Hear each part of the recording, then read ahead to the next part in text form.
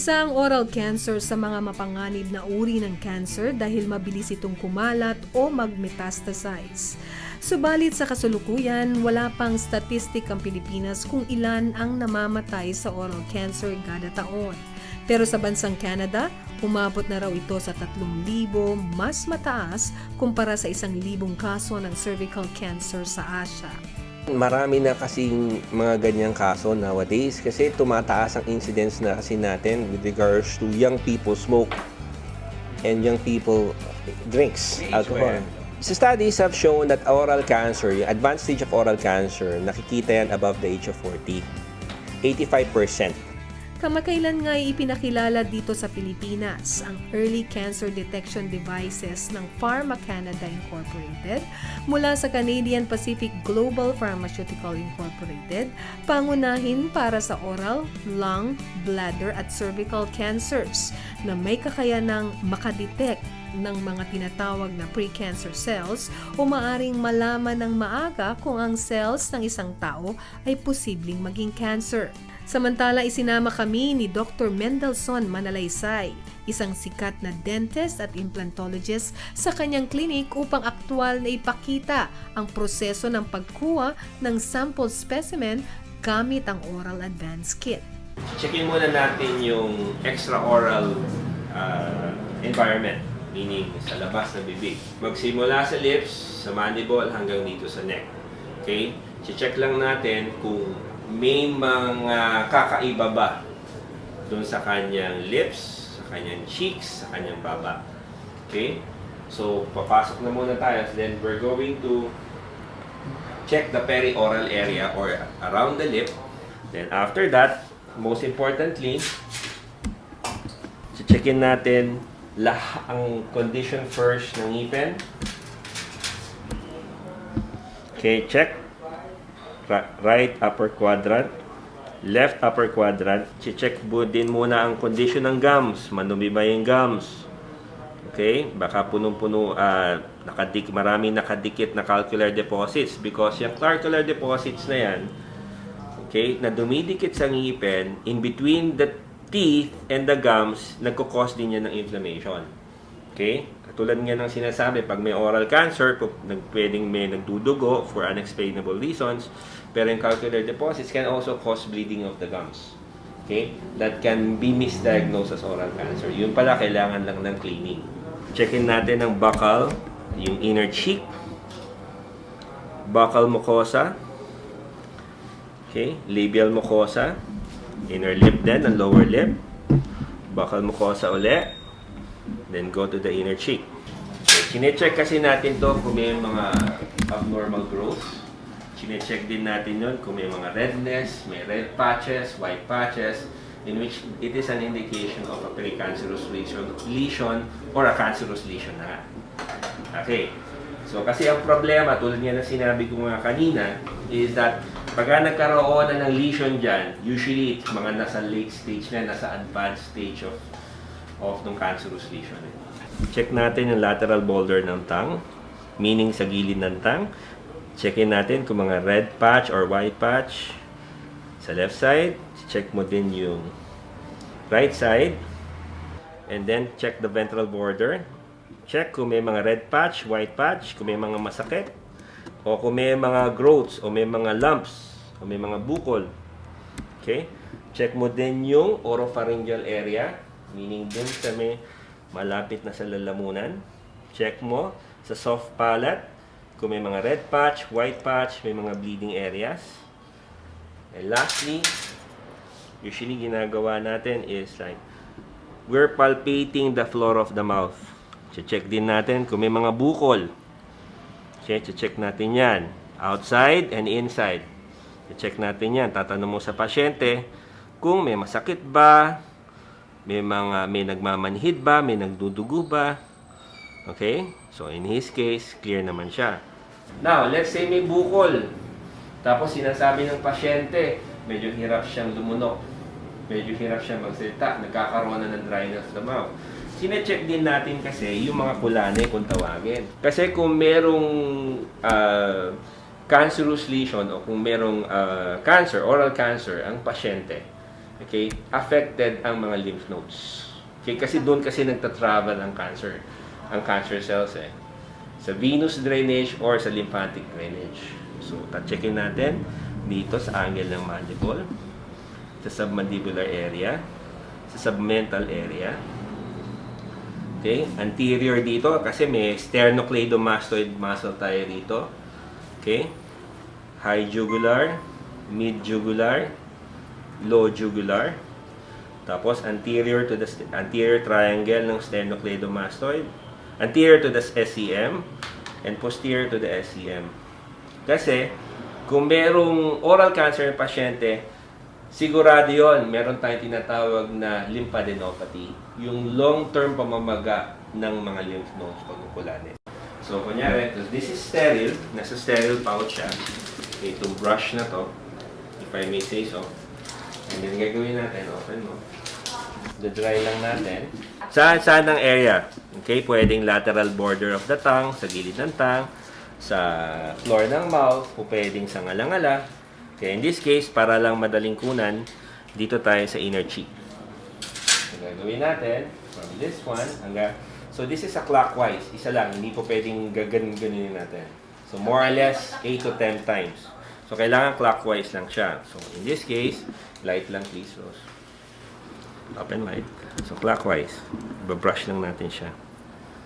3, 4, 5, 6, 7, 8, 9, 10.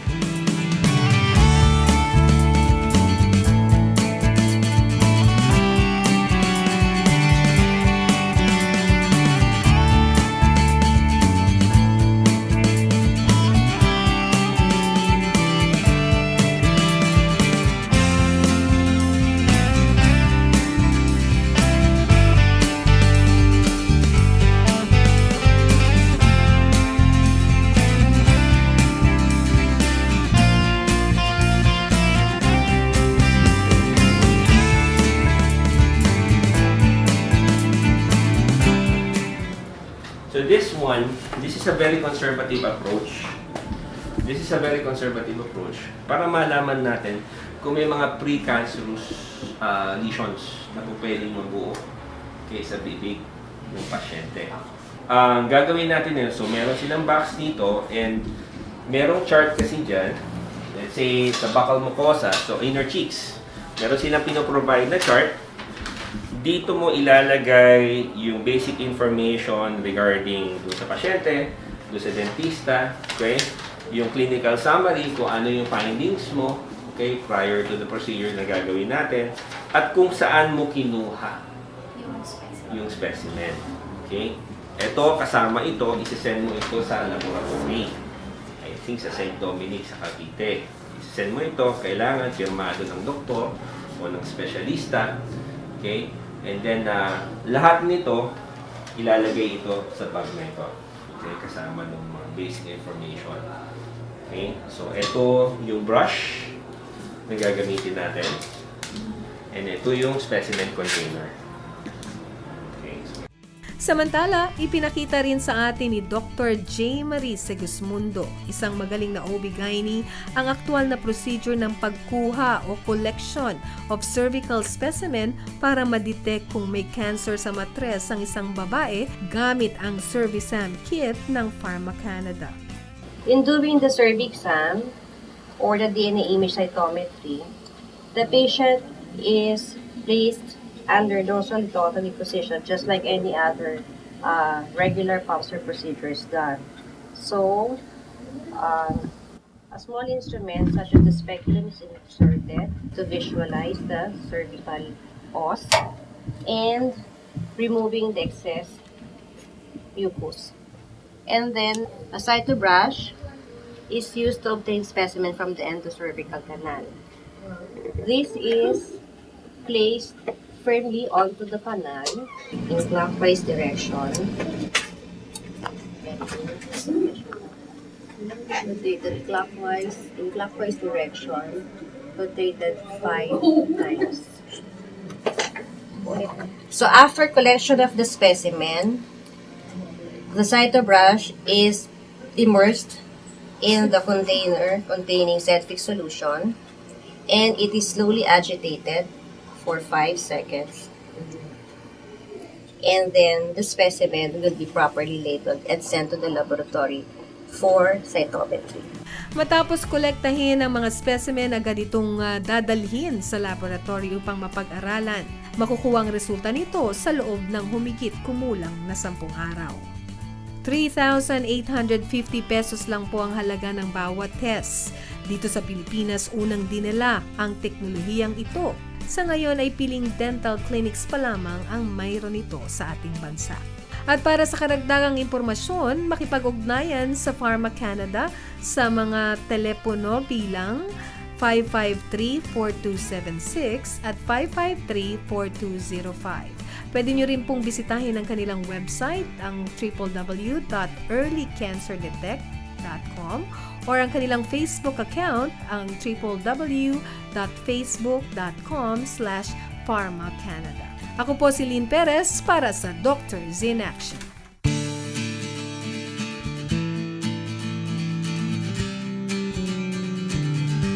Okay, at yun po ang aksyon ng ating mga doctors dito sa Doctors in Action.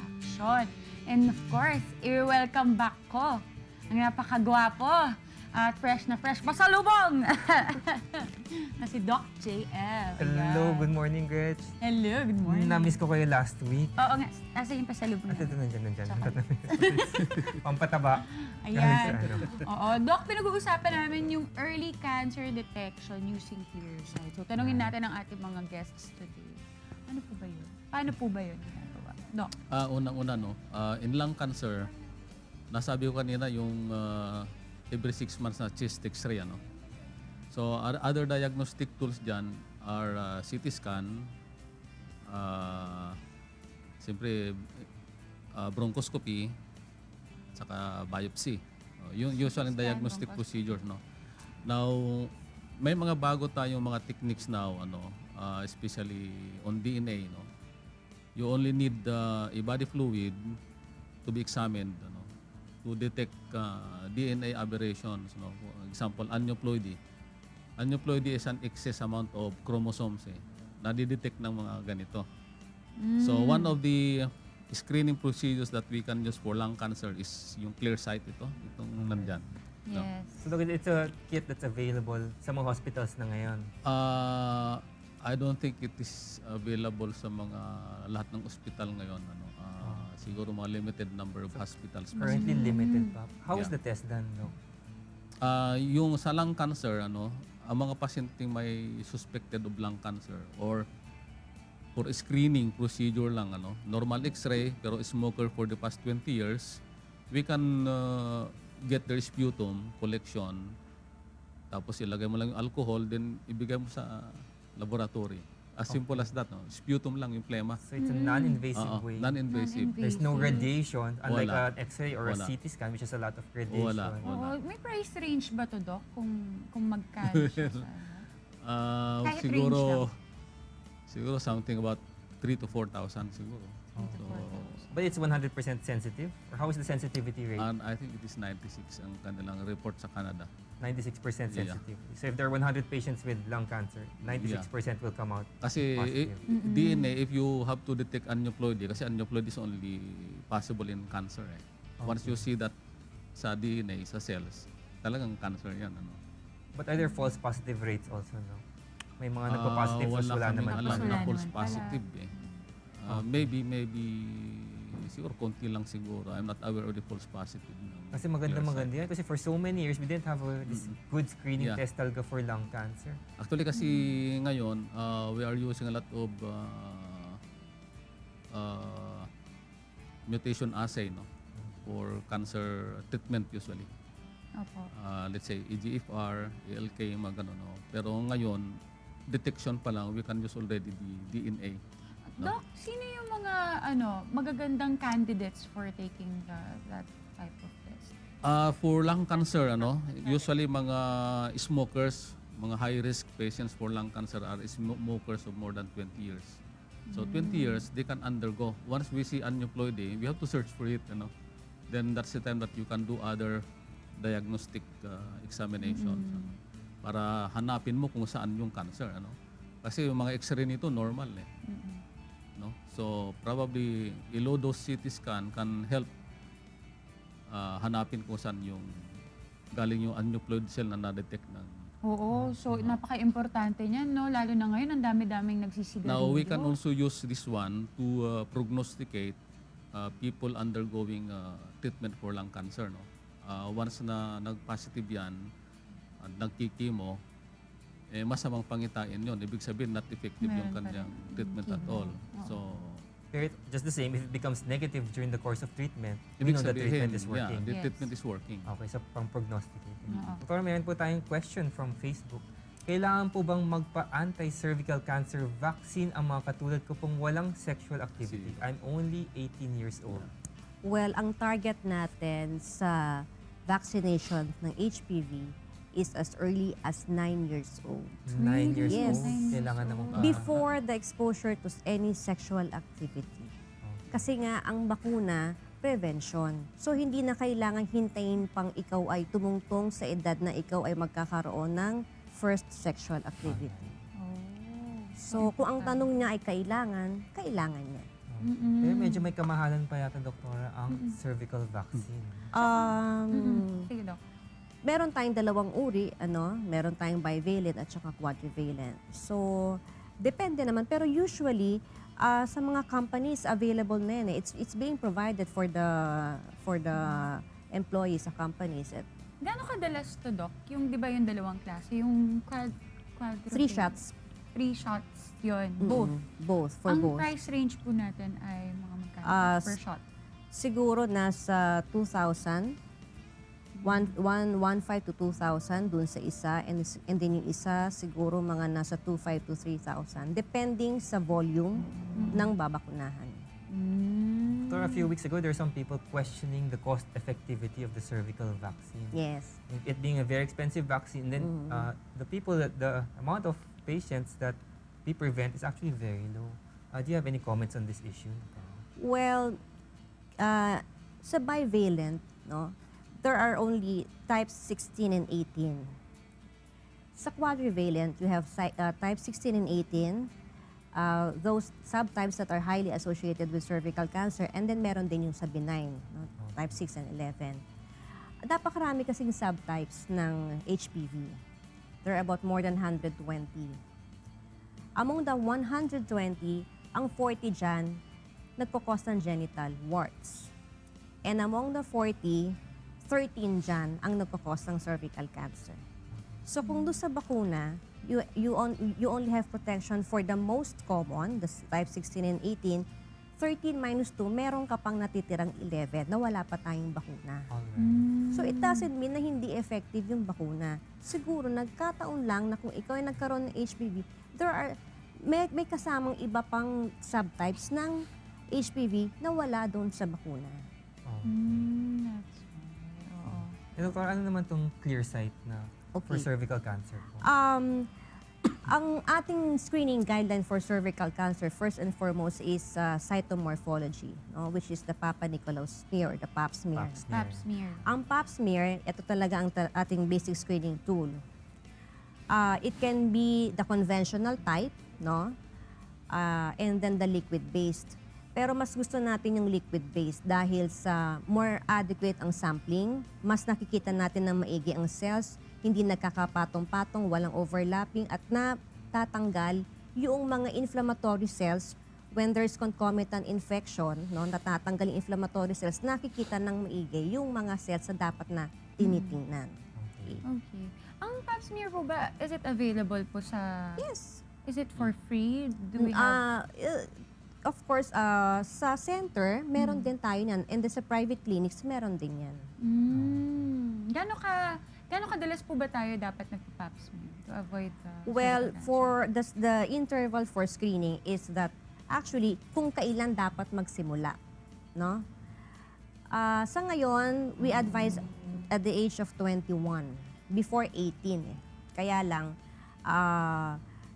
binago dahil sa ang sinasabi natin is 3 years after the first sexual activity, so 21. At saka napatunayan naman na kung magkakaroon man ng cervical cancer below the age of 21, that's 1 in a million. Kaya ang ating age ng screening ay 21 years 21. old na.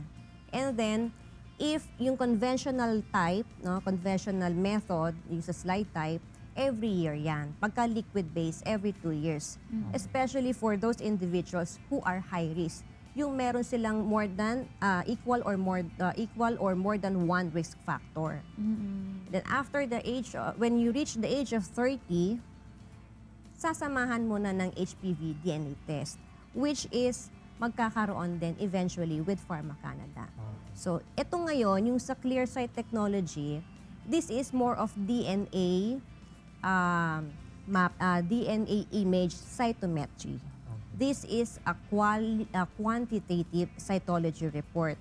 Sa Pap smear kasi qualitative no? You can determine if the abnormality is precancerous, and then it will tell you which type, squamous or adenosquamous or adeno, no? So dito sa ClearSight, it gives us the quantity. Tinitingnan dyan yung number of isolated nuclei do sa cells, and then tinitingnan doon yung DNA index. Meron siyang it is reported as meron siyang image ng DNA, the nucleus, no? At meron din siyang histogram. So meron siyang graph. Okay. So it's collected by... It is collected the same procedure kung paano ginagawa ang Pap smear. So Okay. non-invasive pa rin, no? And it's available na Yes. locally. But only in accredited hospitals and clinics. Okay, certain clinics. So Kasi the bago patients pa might lang, have to hindi pa specifically talaga. request for Yes, ClearSight as yes, their yes. test of choice for Yes. detecting Pap smear, especially kung high risk. Oo. And the obstetrician gynecologist, after assessing the risk factor of the patient, would eventually suggest the patient to have this one. So, Doctora, thank you very much for your very insightful comments today. Any last words for our audience, Doctora?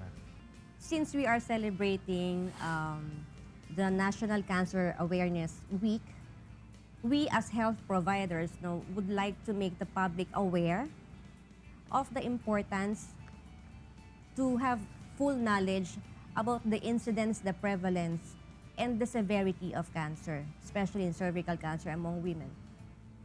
So, remove the fear factor in you, no? To go and visit your obstetrician and gynecologist, and your doctor would assess if you have these risk factors and would eventually suggest if you just need the Pap smear, if you need an add-on HPV DNA testing, or if you need further DNA testing.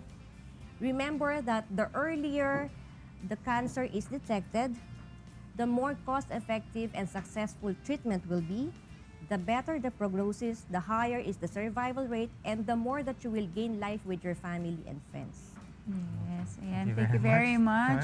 Doctor Doctor po, po. some final words po for our audience. That goes, lahat ng cancer actually, kung ano yung sinabi ni Doktora, yun na yun, ano? We need people to be aware of cancer, no? So that we can do an early diagnosis. No? If you have an early diagnosis, mas maganda yung treatment, ano? So that your survival will be longer. Pag cancer kasi, mahirap nang gamutin yan, ano? We need people to come to us at the early stage of their disease. Now, if you know that you have the risk factor, magpa-check up, no? Let's say, for example, sa smoking. Kung smoker ka, you have the risk to develop cancer, no? Now, with other cancers, maraming risk dyan kasi 60 to 70% are due to diet, no? Wrong nutrition, ano? Kung alam mong carnivorous ka, mahilig ka sa processed meat din, then you have to undergo, you visit your oncologist, no? And have a check-up. Kasi marami na tayong mga antigen examination for people who are high risk, no. So yun na yun, ano. People, they should undergo screening procedures para yung inyong 5-year survival ay mas mahaba. Kasi ang 5-year survival ngayon, especially on lung cancer, is only 5%. So with early detection, we can increase the 5-year survival rate to about 40 to 50. Yun ang ating target. Malaki no? talagang impact ng early Malaki. detection. Malaki. Thank you very much, Doctor and Doctor. We've had a very, very informative episode this morning Huwag muna kayong aalis mga kasambahay, magbabalik pa po ang Doctors on TV.